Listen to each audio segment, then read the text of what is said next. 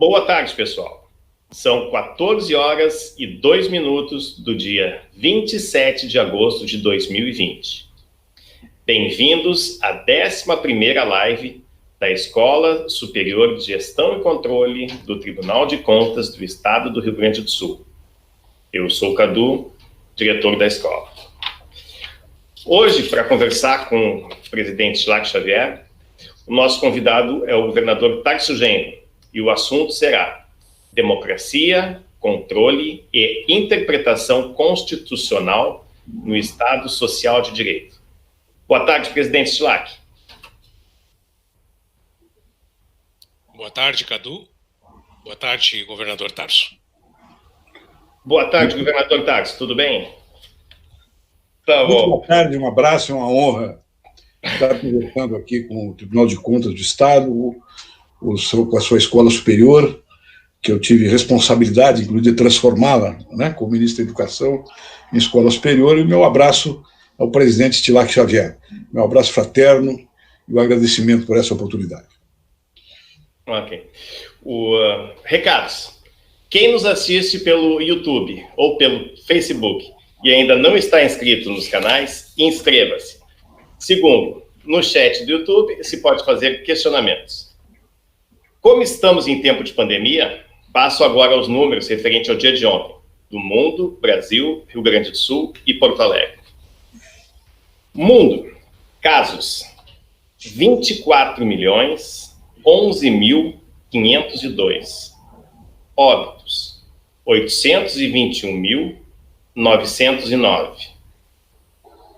Brasil, casos, 3.717.156. Óbitos, 117.665. Rio Grande do Sul, casos, 115.984. Óbitos, 3.235. Porto Alegre, casos, 22.172. Óbitos, 638. Aquela situação que eu havia falado semana passada, de um aumento de 77,81% de uma semana para outra em Porto Alegre, depois foi muito analisada por toda a nossa sociedade aqui, porto-alegrense e rio-grandense, e realmente foi um susto para todos nós, né? Mas agora parece que se equacionou. E o número de óbitos no Brasil, ontem, 117. Naquela mensuração que eu faço toda semana, Bagé, no IBGE de 2010, tinha 116.792 habitantes. E era o 17º município mais populoso do estado. Seguindo.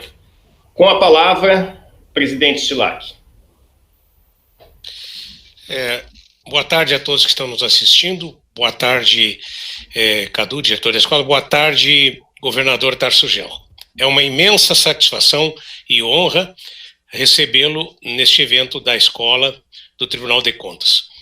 Governador, um homem público com larga trajetória e reconhecimento, teve papel destacado, inclusive para a qualificação da nossa escola quando ministro da Educação.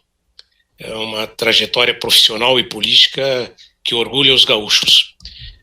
Particularmente, convivi um bom tempo desta experiência do governador e que tem ter serviços prestados ao Estado e ao país, a sua passagem na Câmara de Vereadores, teve a sua passagem na Câmara dos Deputados, deputado federal, prefeito de Porto Alegre por 2 oportunidades, ministro de Estado por 4 oportunidades. Eu vou destacar 2 pastas importantíssimas da atuação do governador Tarso Genro, o Ministério da Educação e o Ministério da Justiça, e governador do nosso estado. Esse tribunal tem um reconhecimento de gratidão ao governador Tarso Genro. Governador Tarso Genro, esse evento ele é inaugurado desde os tempos da decretação da pandemia. É um fato novo no tribunal nós fazermos videoconferências abertas ao público como essa, transmitida pelo canal do YouTube e pela rede do Tribunal de Contas. Nós já temos 4.400 mil inscritos e visualizações nas nossas várias atividades em torno de 68 mil pessoas. E nós fizemos isso para esse diálogo que nós queremos estabelecer, trazer para o conjunto da comunidade gaúcha e nacional, até internacional, porque isso é viável via internet, compartilhar a sua experiência e para que possamos também dela tirar ensinamentos que possam nos auxiliar.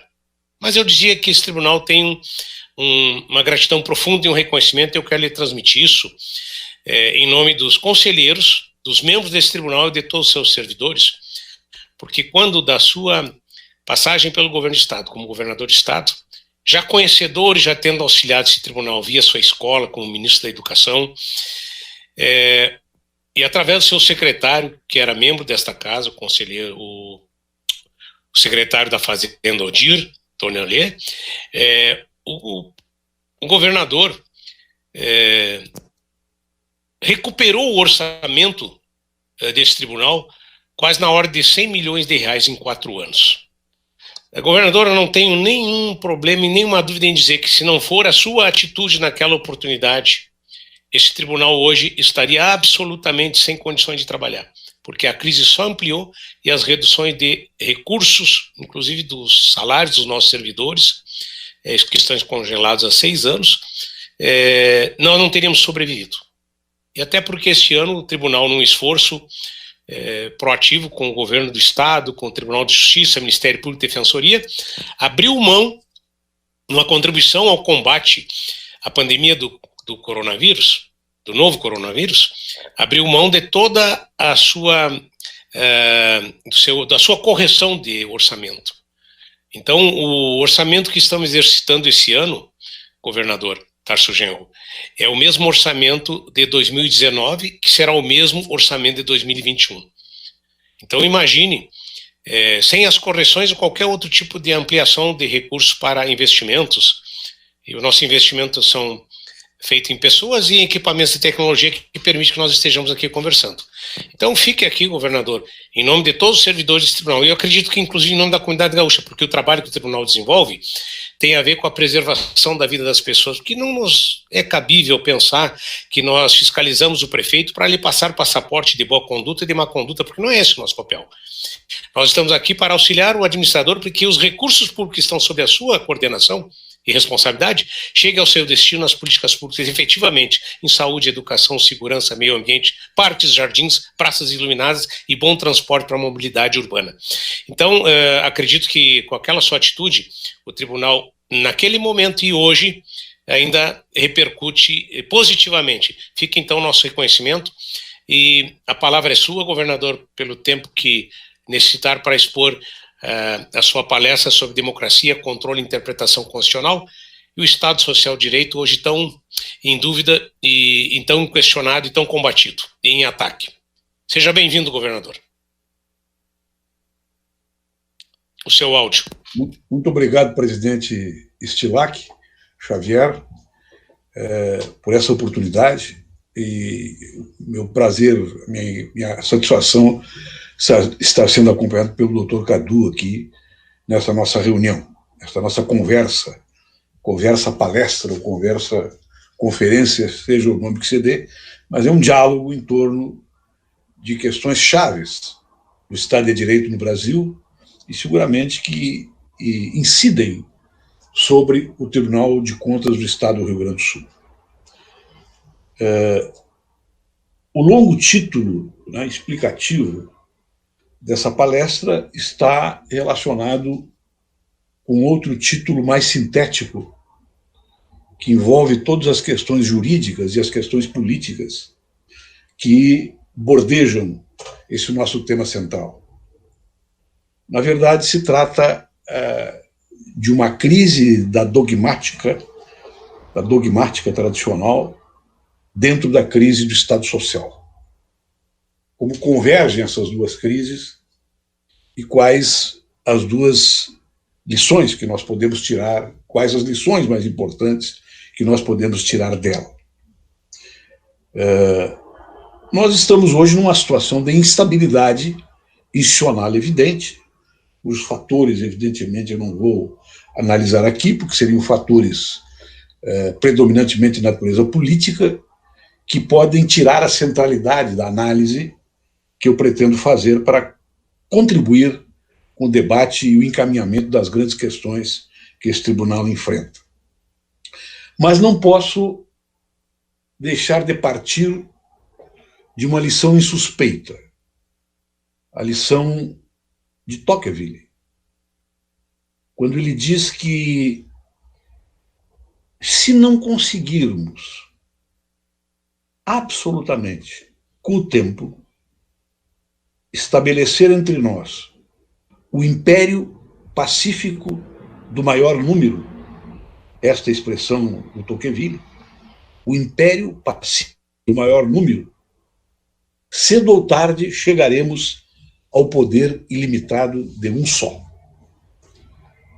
Esta vertebração feita por este grande pensador da democracia e que esteve presente nos grandes momentos históricos em que se desenhava o Estado de Direito moderno, né? Aqui na América do Norte e também dentro dos processos da Revolução Francesa, tem a ver com a produção constituinte que se dá através do império do maior número.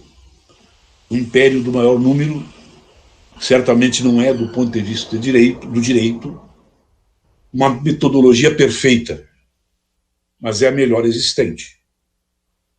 Fora do império do maior número, no processo constituinte, nós teremos o império de uma seletividade que seria feita de maneira alheia ao processo político de delegação eleitoral e chegaríamos ao império de uma elite pensante autorreferida, cuja tendência é chegar ao poder ilimitado de um só. Então, o processo constituinte, que se elabora dentro do processo democrático eleitoral e que responde normalmente aos momentos de fundação da República ou aos processos de superação de crises na República, ele leva sempre um selo político. Ele leva o selo político. A questão que se coloca para a democracia moderna,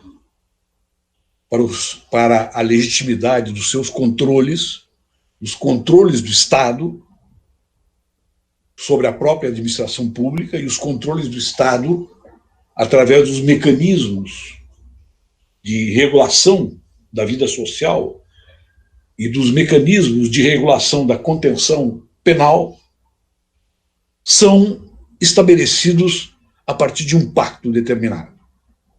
Se esse pacto determinado não expressar qual é o sentido político do trabalho constituinte que foi feito, todo o processo interpretativo que se desenvolve na análise dos pilares da Constituição, na análise do desdobramento normativo do artigo 1º da Constituição, ficará livre para ser dogmatizado exclusivamente pela lei escrita, pela norma, como se fosse possível integrar a norma ferreamente a sucessivas etapas do processo histórico de formação da nação, naquele período, regido pela Constituição, de uma maneira mecânica. Qual a consequência desse raciocínio? A consequência desse raciocínio é aqui que nós temos que encontrar na norma constitucional onde estão depositados os valores que construíram esta pirâmide normativa que vai organizar uma ordem social determinada.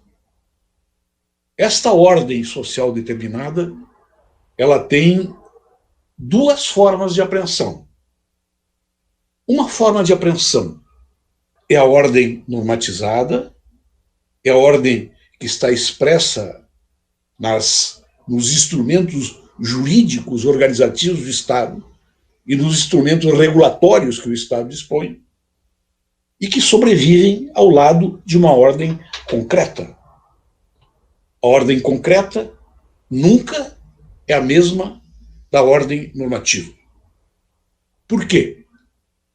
Porque na ordem concreta sobrevivem e permanecem as relações objetivas, as relações materiais de poder, que colocam os indivíduos e os grupos sociais perante o Estado normatizado de uma maneira diferenciada. Então, como pode ser comprovado isso? Como pode ser verificado isso? Através da realidade fática. É absolutamente normal que qualquer pessoa sadia psicologicamente saiba que um trabalhador desempregado nos Estados Unidos, para falar de uma democracia com um sistema normativo bastante avançado na defesa de direitos, o direito de acesso à justiça desse trabalhador é diferente no seu exercício, na sua execução, do direito de acesso à justiça de um Rockefeller, por exemplo. Então, embora dentro da ordem normativa, da ordem estruturada, da ordem jurídica formal, as pessoas sejam iguais perante a lei e tenham o mesmo poder presumido para exercício dos seus direitos, na ordem concreta isso não ocorre. As diferenças se fazem em função da capacidade da iniciativa, em função do poder material, em função da riqueza, em função das relações que se estabelecem na socialidade humana, eu diria normais em qualquer tipo de sociedade, seja ela mais avançada ou mais atrasada. Essa diferenciação não é uma diferenciação menor. Por que não é uma diferenciação menor?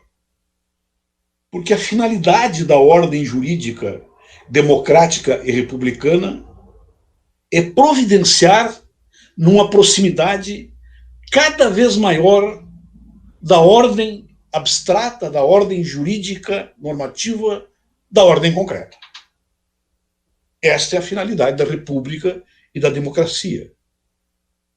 Uma proximidade que nunca vai se realizar de maneira integral, que nunca vai terminar, que nunca vai ser perfeita, mas é neste caminho que a democracia vai se constituindo, vai se exercitando e vai produzindo novas instituições, seja na sociedade civil, seja no interior do Estado, para que haja uma junção dessas duas ordens, que nunca vai ocorrer. Portanto, a proximidade da ordem normativa, da ordem concreta, é a utopia democrática. Esta utopia democrática, ela tem que ser buscada nos seus valores em algum lugar. E foi o que eu me coloquei quando li esse texto do Tocqueville e que me incentivou nessa pesquisa que eu transformei em alguns textos esparsos e que agora estou aqui concentrando nessa exposição que o Tribunal de Contas do Estado honrosamente me concede.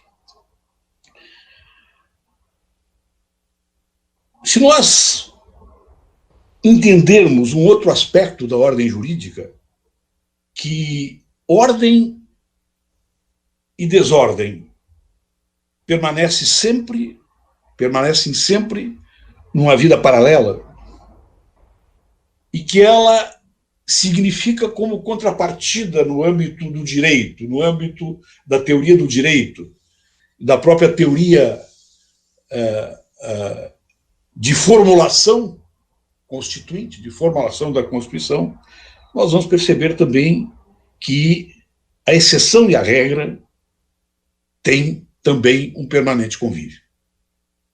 Não há Estado democrático de direito que não exercite em determinadas circunstâncias, microcircunstâncias, se é um Estado de direito mais aperfeiçoado, ou macrocircunstâncias, se é um Estado de direito menos aperfeiçoado. Exceção e regra permanecem sempre numa tensão. Quando o Tribunal de Contas do Estado do Rio Grande do Sul, e vou citar apenas o tribunal por uma contingência meramente formal, estou falando aqui no tribunal, mas isso poderia ser deferido e referido a qualquer tribunal de justiça, qualquer tribunal administrativo. Quando um agente fiscalizador do Tribunal de Contas do Estado do Rio Grande do Sul vai fiscalizar uma determinada prefeitura, e aqui não interessa se esse servidor é de direita ou de esquerda, qual é a sua ideologia, e nem interessa que tipo de prefeitura é, nós estamos lidando com determinadas abstrações, e ele vai lá e ele faz uma fiscalização mais forte dessa prefeitura, mais intensa, e teoricamente, inclusive, desnecessária para aquele caso concreto.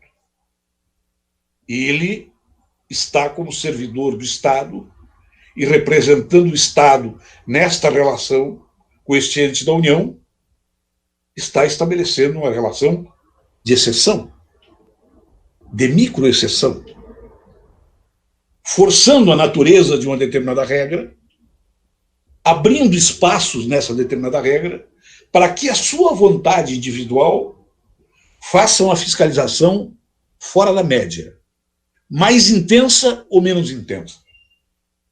Essas situações são plenamente corrigíveis, porque são micro-exceções dentro da ordem. E essas micro-exceções dentro da ordem é que justificam a existência da regra. É por isso que as regras existem.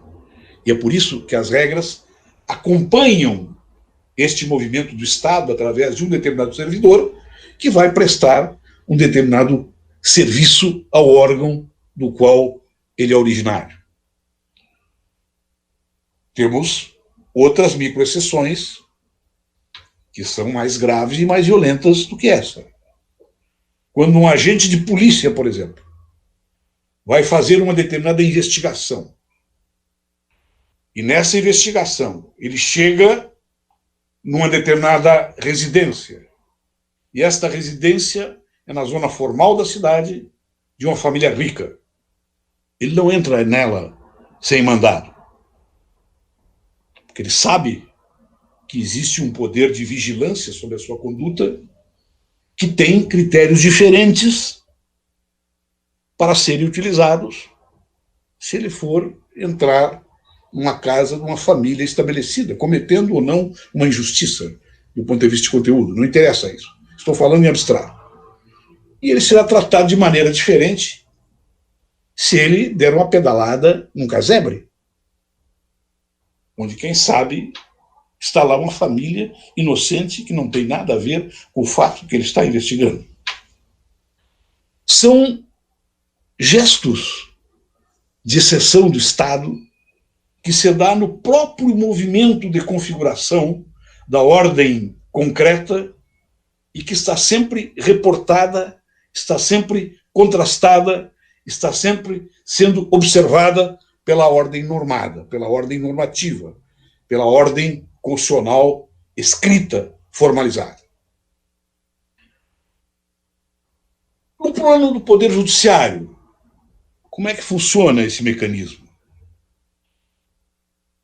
Nos movimentos de microexceção ou de macroexceção, quando a coisa fica mais grave, e que chega a um momento decisório na prestação jurisdicional, quando este processo de exceção consegue vazar todos os mecanismos e chegar até a decisão do juiz,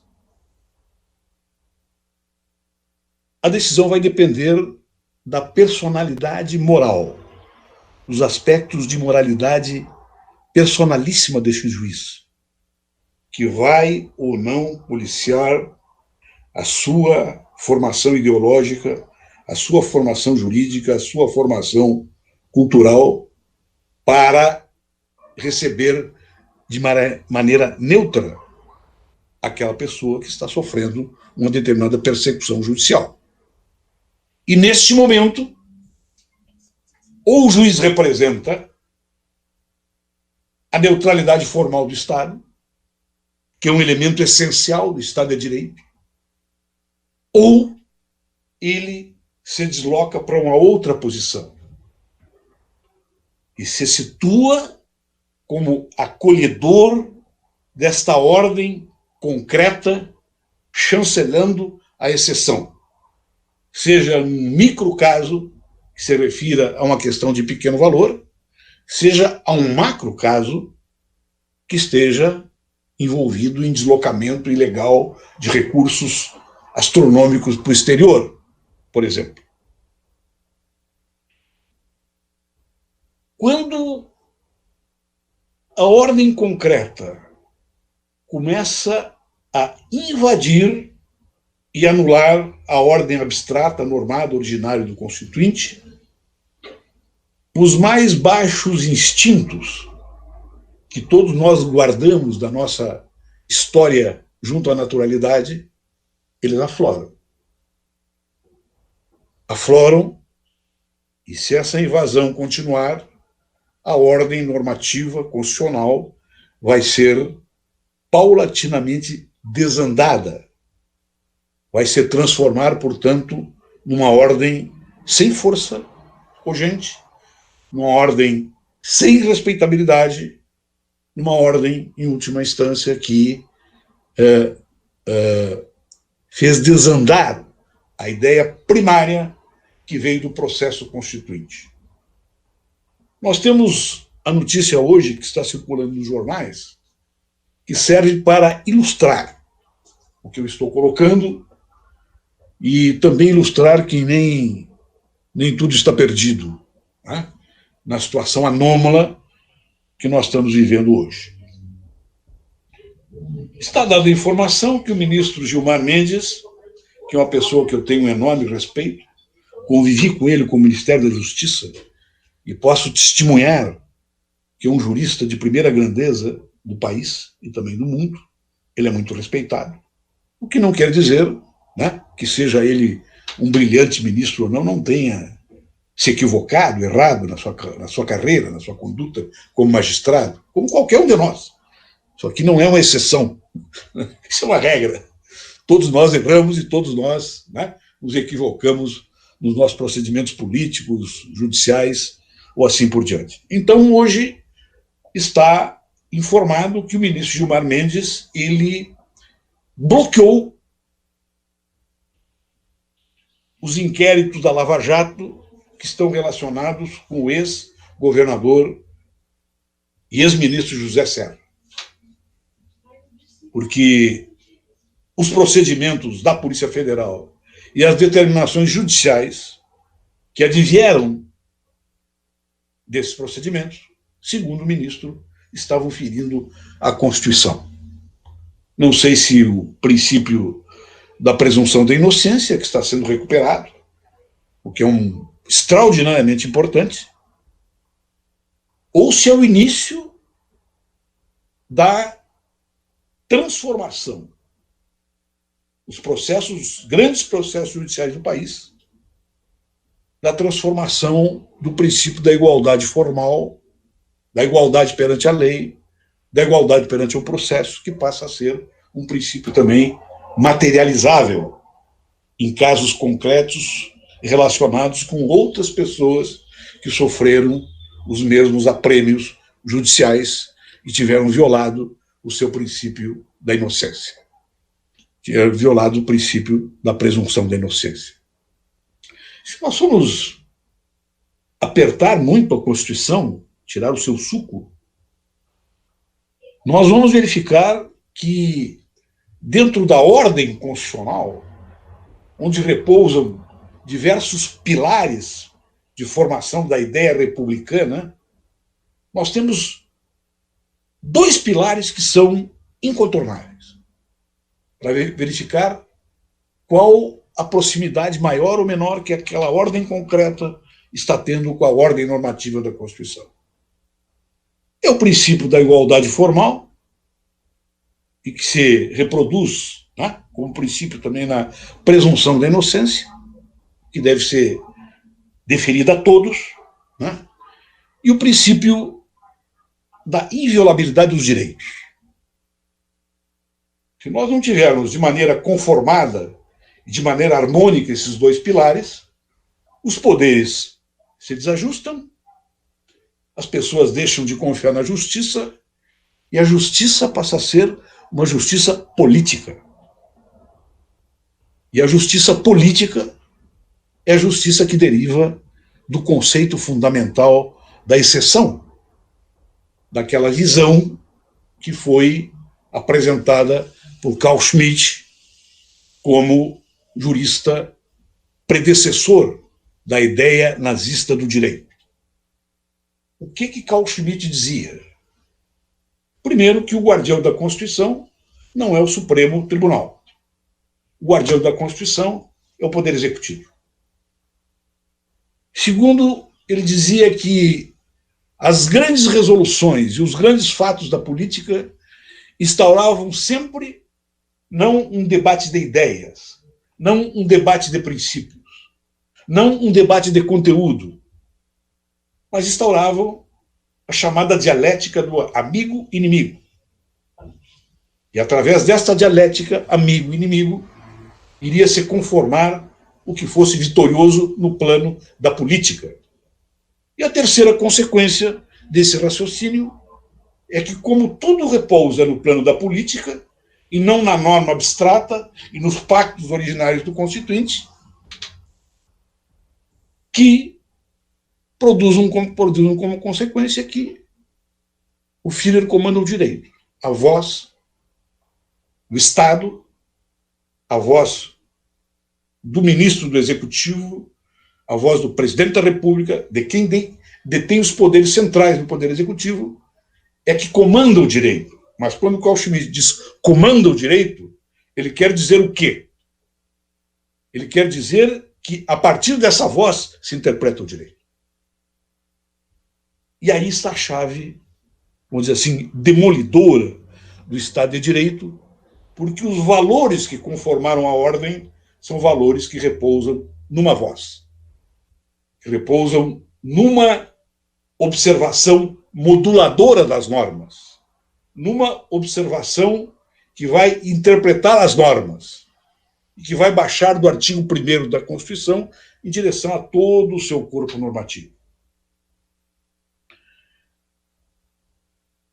Mas aonde é que estão esses valores na Constituição democrática?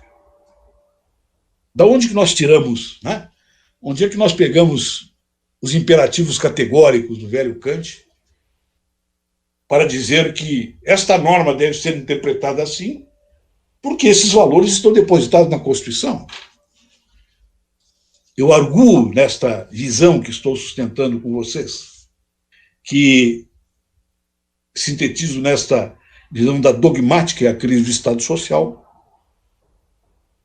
que a origem moral, ético-moral da interpretação, a origem dos valores está no preâmbulo da Constituição. Porque é no preâmbulo da Constituição que o Constituinte disse que o direito não é comandado pela política, que o direito não é comandado pelo líder, que não é o Führer que comanda o direito, como disse Carl Schmitt no seu célebre artigo em que ele resume, né, não só a sua teoria jurídica, sua teoria do direito, mas também a teoria do Estado moderno, segundo a visão, né, nazifascista, que a partir dali passa a ter muitas ramificações e muitas origens. Na sociedade primitiva, o homem primitivo, o homem selvagem, né, ele vivia sem normas, né? E a sua incapacidade de se alienar, de se se separar, aliar-se dos costumes, ela vinha do fato de que não tinha uma outra força heterônoma para organizar sua conduta que não fosse a natureza. Então, ele estava, né, submetido a duas materialidades concretas. Uma eram os costumes da sua tribo, do seu grupo, da sua comunidade primitiva. E outra era a força pesada, às vezes demolidora, às vezes cruel, às vezes receptiva da natureza. Então, ele obedece às leis do costume e obedece às leis da natureza porque não tem nenhum conceito prévio que os faça desdenhá-las. Então, este homem selvagem, ele, quando eventualmente, né, num momento de fome, eles vão caminhando, fugindo do inverno e deixando os mais fracos para trás, para morrerem, ele não tem uma força capaz de organizar o seu conceito de que deixar um ser humano para trás para morrer é um ato, né, de vilania, é um ato de maldade, porque o mal e o bem não existem. O que existe é a força da natureza e a força dos costumes. Quando começa a se formar, né, normas de convívio, que estão relacionados, inclusive, com o desenvolvimento da agricultura, estão relacionados com a domesticação dos animais domésticos, estão relacionados com a organização de comunidades de caça, começam a ocorrer determinadas regras. Né? Por exemplo, né, numa comunidade de caça, é que você sabe de quem é aquele animal? Se foram 100 pessoas que atiraram uma lança nele. Então começam a estabelecer determinadas normas para resolver essas conflitividades. Os seres humanos, numa sociedade sem direito, não têm referenciais interpretativos para mediar as relações da natureza consigo mesmo e para mediar a relação dos costumes consigo mesmo. Quando, já lá dando um salto, né, quase que mais do que milenar, né, quando dizem os filósofos do início do iluminismo, né, que os homens são iguais por natureza, mas essa igualdade por natureza é que precisamente faz com que eles disputem entre si para ver quem suprime, quem domina o outro, começa a surgir a necessidade de regramentos formais, para que esta igualdade por natureza, no que observavam esses filósofos, Hobbes, por exemplo, dizia isso, os homens são iguais por natureza, é por isso mesmo que eles jamais vão se acertar, né? Porque eles vão ter uma vocação de poder e uma vocação de dominação permanente nessa igualdade. Então, Hobbes imagina que é necessário que sejam estabelecidas regras para que essa desigualdade que vai se formar no meio social, no meio cultural, nas relações produtivas, nas relações de organização da família, elas possam ser previsíveis, porque este homem já raciocina em função destas exterioridades que ele foi mesmo constituindo para sobreviver. Repito, e me encaminhando para o final aqui da minha exposição. Né? Já estou chegando aqui a quase 40 minutos da minha exposição, abusando da tolerância de vocês. Mas daí, na Constituição formal republicana, qual é o crivo moral, ético? Quais são os valores que devem mediar a interpretação para que se saia desta crise da dogmática? Porque se a Constituição diz uma coisa e ela está sendo interpretada de maneira diferente pelos agentes públicos e pelos agentes políticos, é porque existe uma crise da Constituição, que é também a sua crise de interpretação.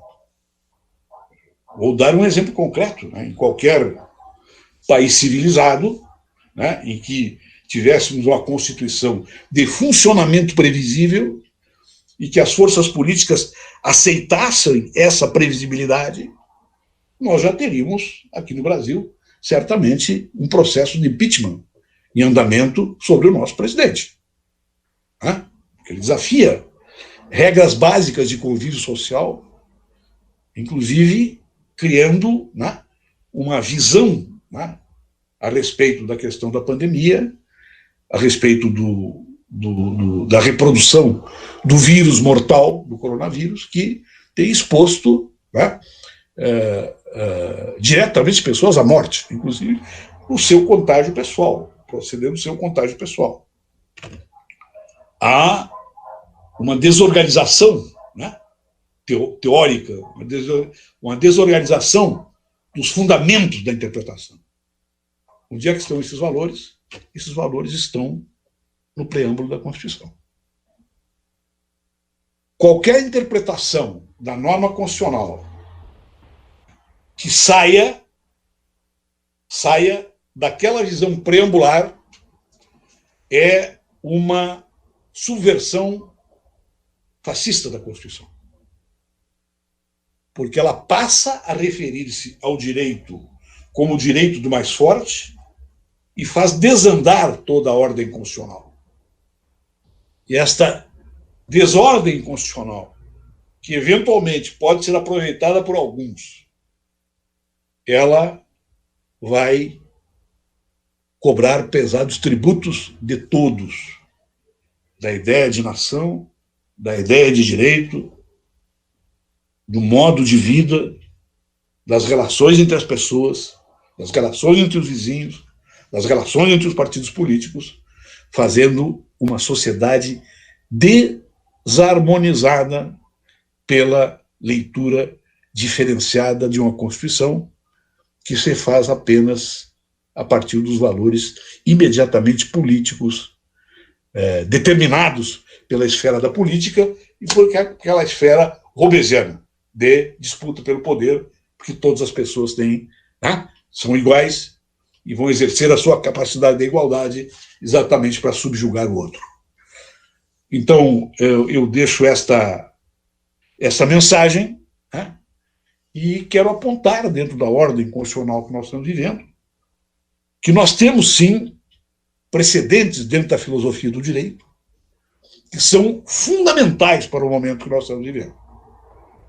E esses precedentes estão assentados, falando na ordem normativa, que é a qual nós estamos nos reportando, e a qual nos deve socorrer, que é a produção do segundo Kelsen, quando ele fala que a justiça constitucional é a condição prévia da existência de qualquer democracia. A questão da justiça constitucional no país, ela está perturbada, o seu funcionamento é desarmônico, e nós temos hoje, na verdade, o Supremo Tribunal Federal, que felizmente está saindo dessa situação, me parece, através de decisões recentes que o Supremo tem tomado, mas ele tem sido, na verdade, um tribunal de justiça constitucional que ignora o preâmbulo da Constituição Federal.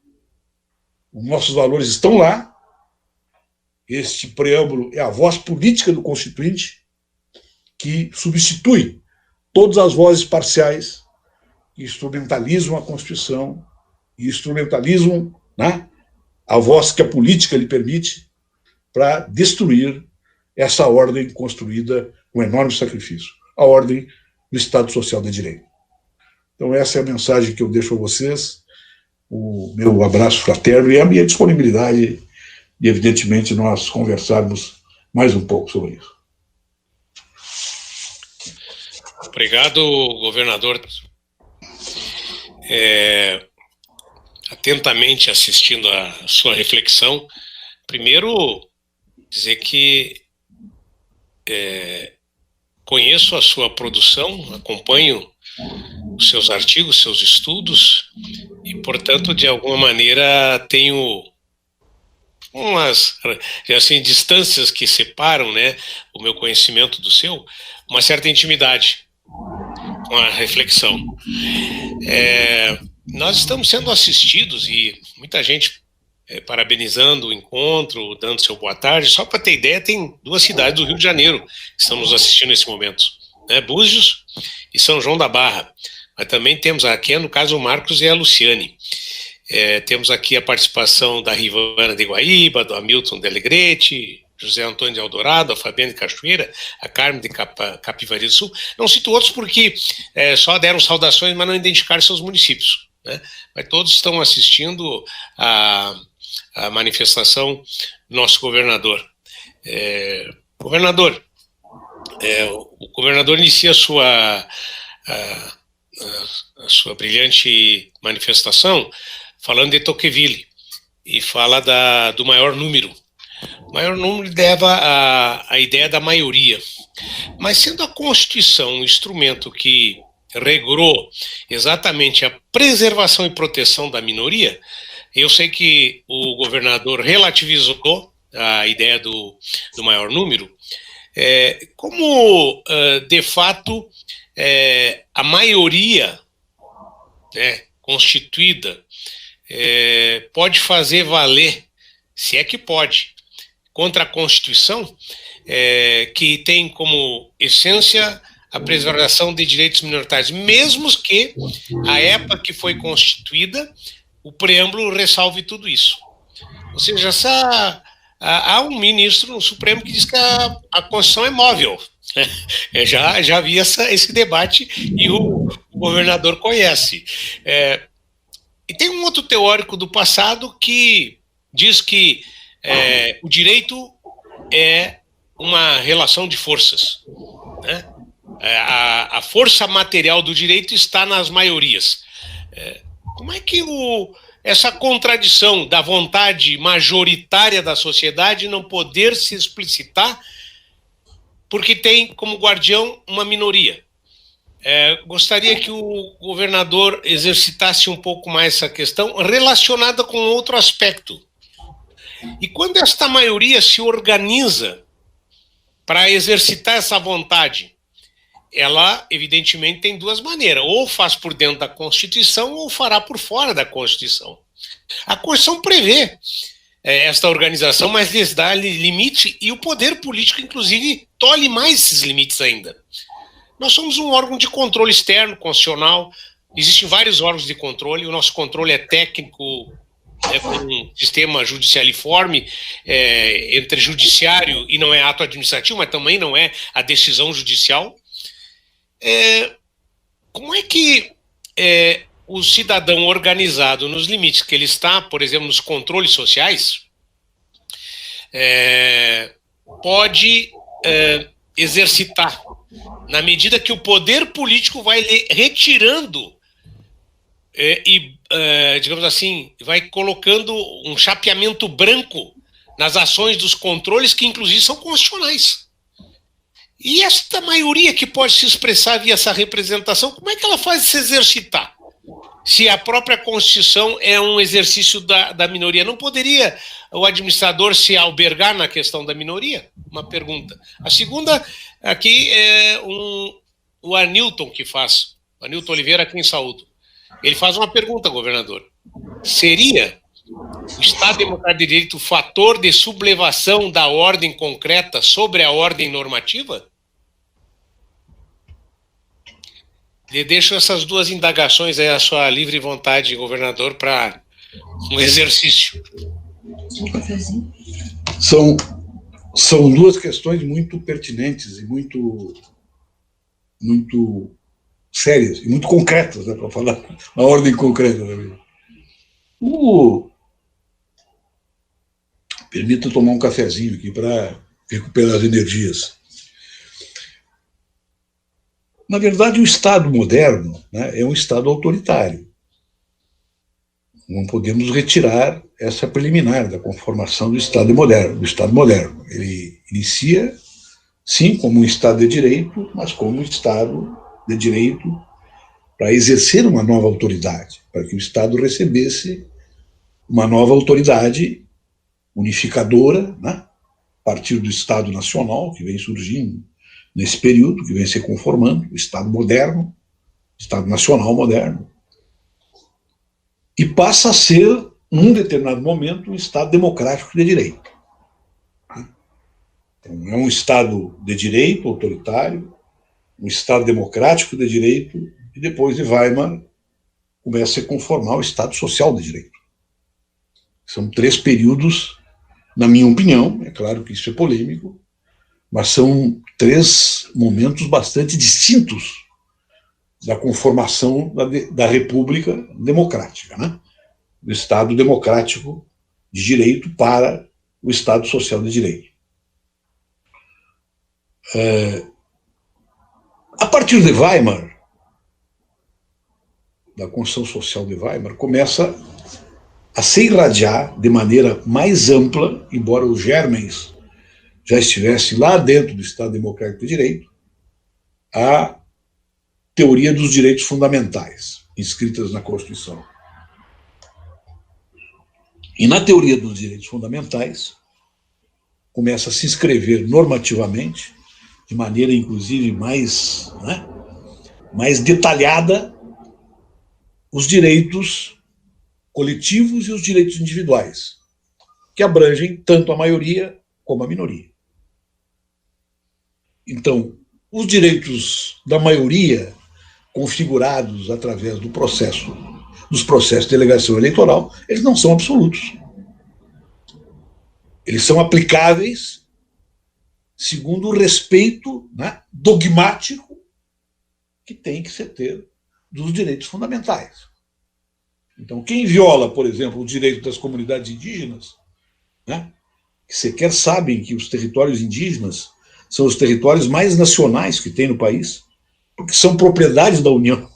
São propriedade da União e direito imemorial dos indígenas. Aquilo é terra que a União é proprietária, está na Constituição isso. Quem viola esses direitos imemoriais, né, que estão presentes nessas comunidades originárias, que estão lá dentro de um território que é propriedade da União, evidentemente está violando aí direitos fundamentais, né, de uma minoria, que são os indígenas hoje, embora nas suas origens eles fossem a população originária do nosso país. Então,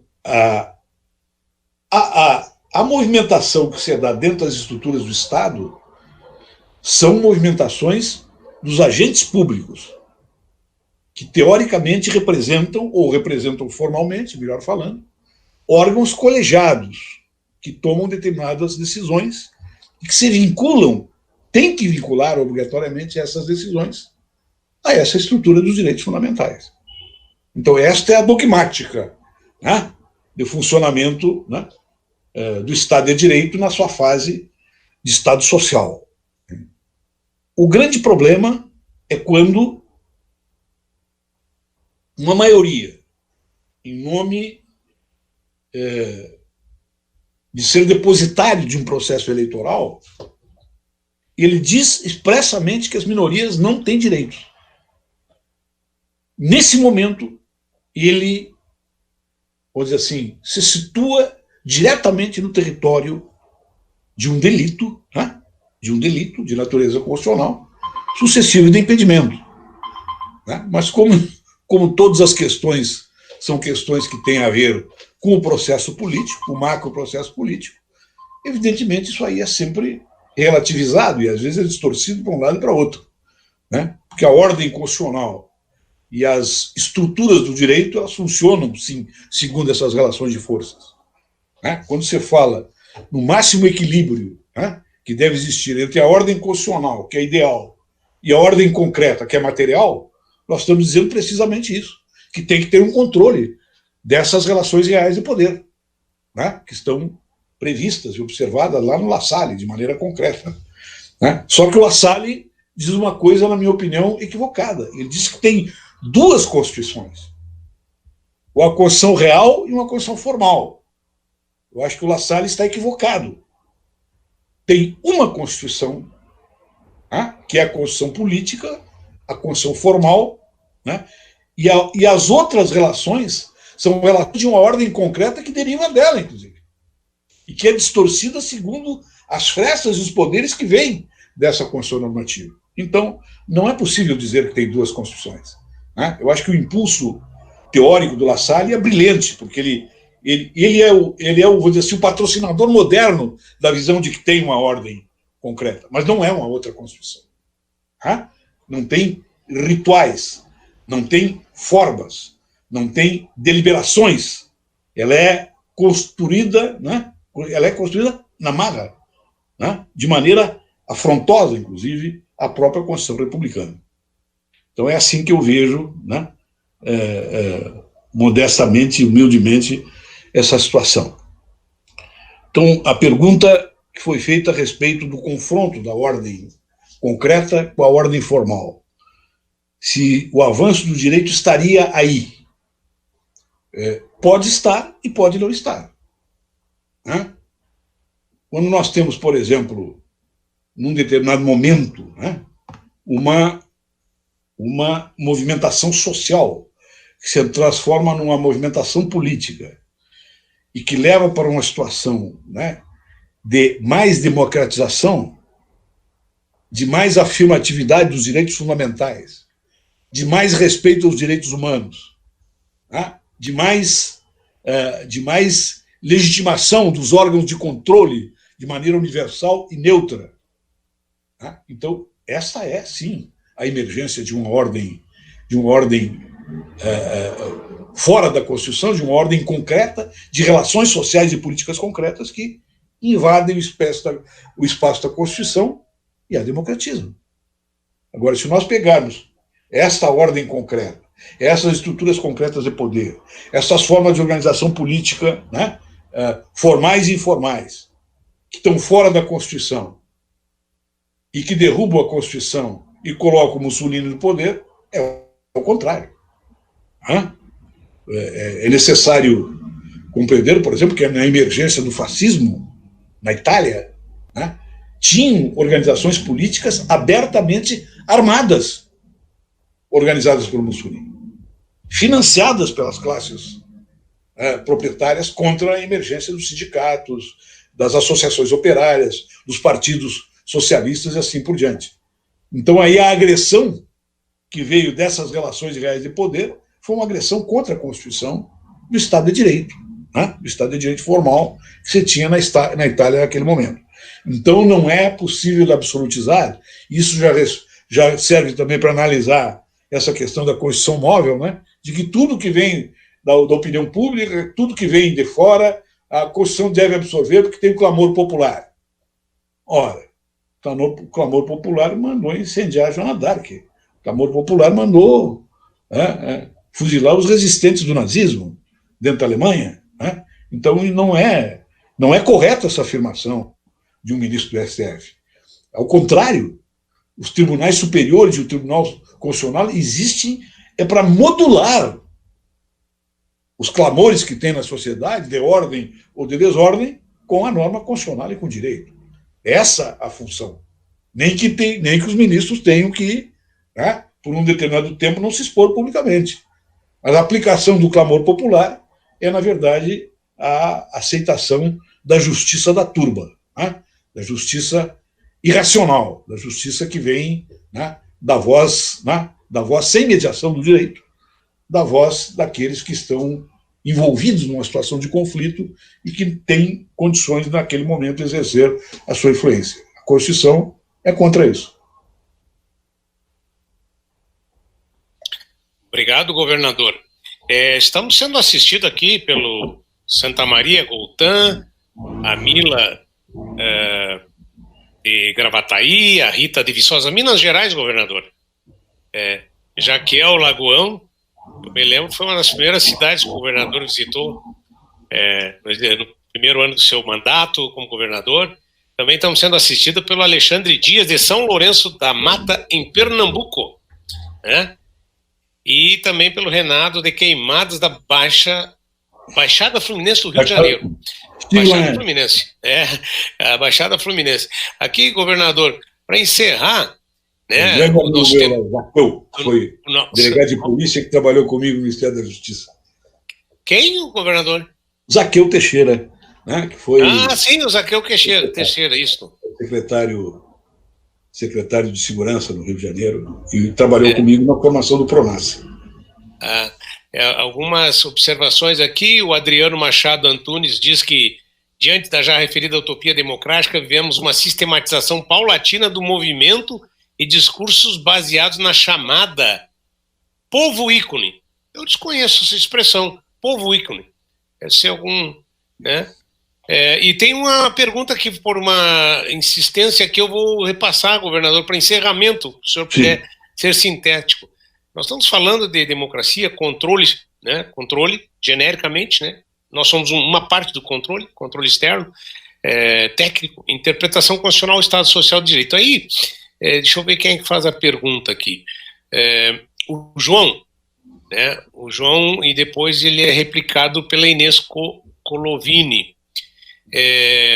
A pergunta é: o voto distrital misto não seria uma ferramenta melhor para aperfeiçoar o sistema político nacional e a democracia? Porque não deixa de ser um sistema de controle também o voto, né, o governador? E com essa pergunta, o senhor pode fazer as suas despedidas também. Nós lhe agradecemos. Eu não tenho desconfiança, em princípio, em nenhum sistema, né, de delegação eleitoral. E acho que o sistema do voto distrital misto pode ser uma saída, né? Um equilíbrio político nacional mais denso, mais estabilizador. Só que ele requer uma determinada reestruturação da esfera da política e dos partidos políticos, né?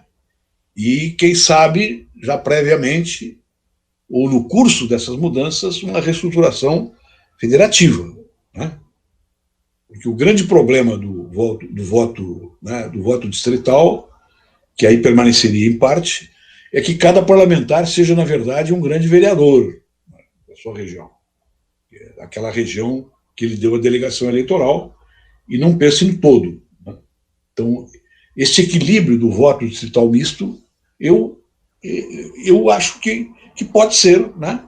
Pode ser aplicado, né, de uma forma democrática, de uma forma equilibrada. Acho que estamos um pouco longe disso, porque hoje os currais eleitorais eles estão estruturados, né, dentro do voto universal, né? Nós temos oligarquias regionais fortes que controlam os seus partidos.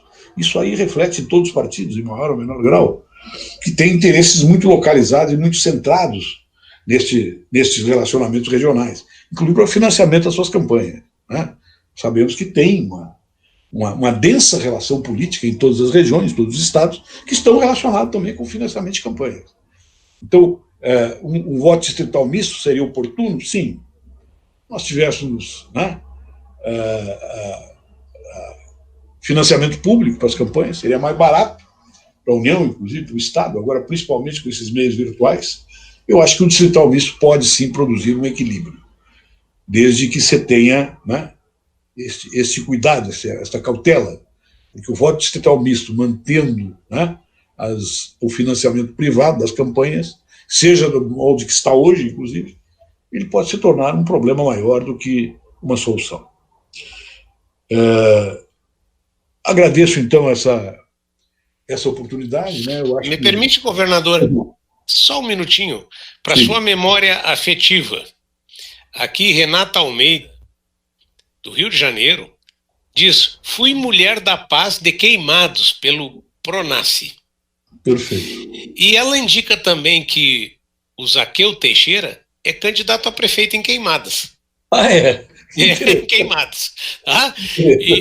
E com essas palavras, quero dizer-lhe da honra, da satisfação de tê-lo recebido aqui, junto com o Cadu, neste evento da nossa escola do Tribunal de Contas do Estado do Rio Grande do Sul, pela contribuição, pela ilustração que nos deu e as reflexões que nos deixam, né, lições para pensarmos o nosso presente e o nosso futuro.